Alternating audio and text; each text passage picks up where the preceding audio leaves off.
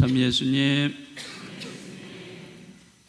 네, 요즘 장마철이면서도 또 비가 오지 않을 때는 엄청난 폭염이 쏟아질 정도로 아주 대단한 그 뜨거움을 느낍니다.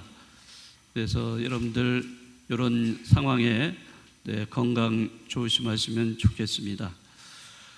네, 오늘 여러분이 들으신 루카복음에서 예수님께서는 72명의 제자들을 파견하시는 그러한 모습을 보여주십니다. 72명의 제자들에게 하느님 나라를 선포하는 그런 사명을 수행하도록 파견을 하십니다. 그러면서 그들에게 가장 먼저 하신 말씀은 다음과 같습니다. 수확할 것은 많지만 일꾼은 적다. 네, 이 말씀을 제일 먼저 하십니다. 그러니까 저는 이 구절을 묵상하면서 주님께서 저를 이곳 상봉동 성당에 파견해 주셨다는 것을 많이 깨닫습니다. 제가 상봉동 성당에 올 때 저는 이제 저의 사목 활동의 마지막 성당에 파견되었구나라는 생각을 가지고 조용히 지내면서 은퇴할 거를 생각을 했습니다. 그렇지만 막상 이곳에 와서 지내다 보니까 제가 짐작했던 그러한 곳이 아니었습니다. 네, 본당 공동체가 그동안 코로나로 인해서 상당히 침체되어 있고 또 구역, 또 단체 이런 활성화가 상당히 시급한 그런 문제로 떠오르고 있습니다. 또 구성원들 대부분이 고령화되어 있고 연세 드신 분들이 많아서 현실에 맞는 노인 사목을 정립하고 또 실천을 해야 될 그런 필요성을 많이 느꼈습니다. 또한 냉담을 하시던 분들이 많아서 최근에는 그 냉담을 풀고 나오시는 분들이 계십니다. 또 뿐만 아니라 신앙생활을 해오시던 분들도 또 어떻게 신앙생활을 해야 될지 잘 모르는 분들도 많이 있어요. 또 교리 지식이 부족한 분들, 아무튼 이렇게 신자분들을 위해서 제가 해야 될 일 중에 하나가 바로 신앙 재교육이 아닌가 이런 생각을 하게 되었습니다. 네, 이런저런 생각을 하다 보니까 본당 공동체를 활성화하기 위해서 해야 할 일들은 많은데 실제로 그 프로그램들을 만들고 실천하려고 하다 보니까 문제는 거기에 적합한 봉사자가 많지 않다는 겁니다. 그래서 오늘 저는 이 예수님의 말씀이 굉장히 마음에 와닿았습니다. 수확할 것은 많은데 일꾼은 적다. 네, 저도 이 본당에서 그런 것을 지금 느끼고 있습니다. 자, 그런데 예수님께서는 뭐라고 하시냐면, 그 수확할 일꾼을 보내달라고 하느님께 청하여라 이런 말씀을 하십니다. 그러니까 가장 먼저 해야 될 것은 바로 하느님께 기도하는 거예요. 네, 기도하고 하느님께 매달리는 것입니다. 그래서 기도를 하면서 하느님께 우리 본당에 적합한 봉사자를 보내달라고 청하는 것, 네, 이것이 제일 먼저 해야 될 일이 아닌가 이런 생각을 했습니다. 여러분도 저와 함께 하느님께 그 수확할 일꾼을 저희 본당에 보내달라고 기도해야 되겠죠? 네, 봉사자와 함께 여러 가지 그런 프로그램들을 실천하면서 신자 재교육을 하고 또는 구역을 활성화하고 또 뿐만 아니라 여기 단체도 많이 있는데 그동안 오랫동안 쉬었잖아요. 이제 다시 가동이 돼서 단체가 활성화돼야 됩니다.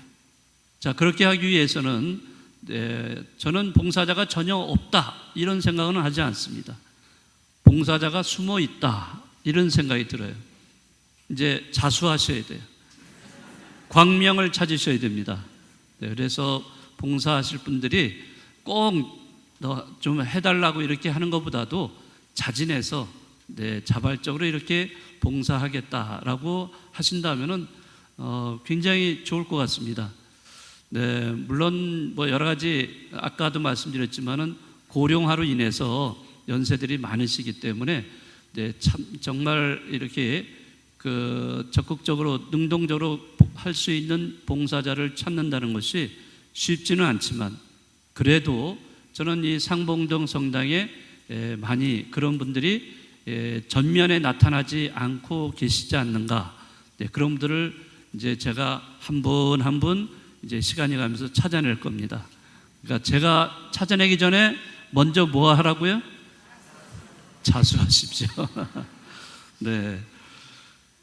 자, 그리고 우리 성모님께서 성모 마리아가 그 하느님의 부르심을 받을 때도 한번 생각을 해보세요. 그 갈릴레아 시골 처녀에게 어느 날 그 가브리엘 대천사가 찾아오지 않습니까? 그리고 어느 잉태에서 하느님의 아들 예수님을 낳을 것이다. 그러니까 마리아가 뭐라 그래요? 제가 결혼도 안 했는데 처녀인데 어떻게 애를 낳을 수 있습니까? 뭐 이렇게 질문을 했을 때 그 천사가 뭐라고 한지 아시죠? 하느님께는 불가능한 일이 없다라고 이렇게 말씀하십니다. 그럴 때 그 이야기를 들은 그 마리아는 뭐라고 대답을 하냐면, 저는 주님의 종입니다. 주님 말씀대로 이루어지기를 바랍니다 라고 이렇게 신앙 고백을 합니다. 자, 여기에서 이렇게 해서 마리아는 예수님의 어머니, 하느님의 어머니, 우리 인류의 어머니가 되셨던 겁니다. 여기서 그 대천사 가브리엘의 말씀에 하느님께서는 불가능한 일이 없다라고 하셨잖아요. 여러분들도 그거 믿으시죠? 이상한데요. 여러분들 하느님 믿으시지 않나요? 그러면 하느님께는 불가능한 일이 없다, 이건 안 믿으세요? 네. 여러분들 앞에 지금 가브리엘 대천사가 나타나서 하느님께는 불가능한 일이 없다라고 하신다면은 여러분들은 뭐라고 대답하세요? 아멘. 네. 아주 성모 마리아보다 더 짧게 신앙 고백을 하시네요. 네, 그렇죠. 네, 아멘. 또는 주님, 당신의 종입니다. 주님 뜻대로 이루어지기를 바랍니다. 네, 이렇게 하시는 것, 이게 우리 신앙인의 기본적인 자세입니다. 자, 그래서 저는 그런 것을 믿기 때문에 봉사자를 분명히 보내주실 것이다 라고 믿습니다. 자, 우리는 기도와 함께 이렇게 어떻게 보면 전체 우리 모두가 다 사실은 파견된 사람들이에요. 파견된 우리들은 예수님의 말씀을 따르는 양떼들이라고 할 수 있습니다. 자, 오늘 복음에 보면 예수님께서 이런 말씀을 하세요. 예수님은 양떼를 그 이리떼 가운데로 보낸 것처럼 그렇게 말씀하십니다. 이리떼에게 보내는 것처럼 걱정이 되신다는 거예요. 네. 자, 그 이리들은 후시탐탐 양들을 노립니다. 이리들이 볼 때 양들은 자기들의 먹잇감에 불과할지도 모릅니다. 이리들은 양들을 잡아먹고 자신들의 배를 채우려고 합니다. 그렇지만 양들은 주님께서 파견해 주신 그분의 제자들입니다. 양들에게는 주님이라는 든든한 백이 있습니다. 주님이 늘 지켜주시고 함께해 주십니다. 여러분들 역시 주님이라는 든든한 백이 있다는 거 다 인정하시죠? 네. 이런 든든한 주님의 백을 가지신 여러분들, 이제 여러분들은 오로지 주님께만 의지하셔야 됩니다. 그런데 예수님은 돈주머니, 또 여행 보따리, 신발, 그 어느 것도 지니지 말고 다녀라, 이런 말씀을 들려주세요. 자, 그런 것들에게 의지한다면은 사람들은 주님께로부터 점점 멀어지기 때문에 그렇습니다. 돈이, 물건이, 내가 소유한 것들이 나를 안전하게 지켜줄 거다? 그것은 착각입니다. 우리 본당 공동체도 혹시라도 이런 착각을 하는 예가 없으면 좋겠습니다. 본당 안에서 여러 가지 행사도 하고 또 어떤 프로그램도 하고 일도 하지만은 무슨 일을 할 때마다 돈이 있어야지, 이런 생각을 또 이런 말을 또 하기도 합니다. 그러면은 이제 그것이 더 발전하면 무슨 얘기가 나오냐면 돈이 없으면 아무것도 못한다 라고 이렇게 생각하고 말할 수도 있을 겁니다. 자, 그런데 반대로 본당에 돈이 많다면은 어떨까요? 그렇게 되면은 아마 본당에 있는 모든 문제, 모든 것들을 다 돈으로 해결하려고 할 겁니다. 여기에는 하느님이 들어설 여지가 없습니다. 하느님이 들어설 여지도 없고 기도할 필요도 없어요. 왜? 우리는 가진 것이 많으니까 그 가진 것을 얼마든지 우리가 원하는 대로 다 할 수 있다 라고 한다면은 하느님께 매달릴 필요가 뭐 있어요? 우리가 하느님께 기도할 필요가 뭐 있습니까? 돈으로 모든 것을 해결하고 돈으로 사람을 부리는 본당이라면 그 본당에는 하느님이 계실 수가 없습니다. 오늘 예수님이 왜 이런 말씀을 하셨는가를 우리가 잘 이해를 해야 돼요. 돈주머니도 여행 보따리도 신발을 지니지 마라, 이런 말씀을 들려주십니다. 이 말씀은 바로 어떤 세상의 물질적인 것, 어떤 것에도 의지하지 말라. 오로지 우리가 의지해야 될 것은 누구라고요? 하느님밖에 없다는 거죠. 네. 자, 그렇기 때문에 우리는 하느님만을 의지하고 하느님께 우리가 모든 것을 맡기고 살아가는 신앙인들이에요. 자, 그런 신앙인으로 살아갈 때 결국에 우리는 파견된 사람으로서 이 세상에 하느님의 평화를 나누는 평화의 사도가 될 수가 있고요. 또 병자를 고쳐주는 그런 치유자의 역할을 통해서 이 하느님 나라를 선포하는 사람이 될 수가 있습니다.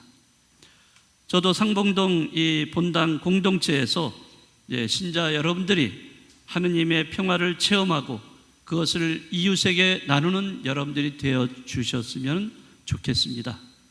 또 뿐만 아니라 주변에 어려운 이웃들, 어려움에 처한 사람들을 치유하고 돌보는 그런 사람들이 되셨으면 좋겠습니다. 저는 여기에서 이곳에서 저의 사목은 이런 두 가지로 압축이 됩니다. 여기 우리 본당과 이 지역사회의 평화를 위해서 여러분들이 평화의 사도가 될 수 있도록, 또 뿐만 아니라 또 어려운 처지에 놓여 있는 이런 사람들을 우리가 잘 치유해주고 돌보는 그런 역할을 해주는 우리들이 될 수 있도록, 바로 그것이 저의 사목의 그런 방향이 아닌가, 이런 생각을 해봅니다. 이러한 사목에 여러분들도 같이 해주실 거라고 믿습니다. 맞죠? 네, 여러분들만을 믿겠습니다. 네. 물론 하느님을 먼저 믿어야 되겠지만은 여러분들도 제가 이런 믿음을 가지고 또 여러분들도 저를 또 믿으시면서 같이 이 상봉동 공동체, 성당 공동체가 좀 하느님이 보시기에 또 이 지역사회의 빛과 소금의 역할을 다할 수 있는 그러한 공동체가 되기를 다 함께 기도합니다.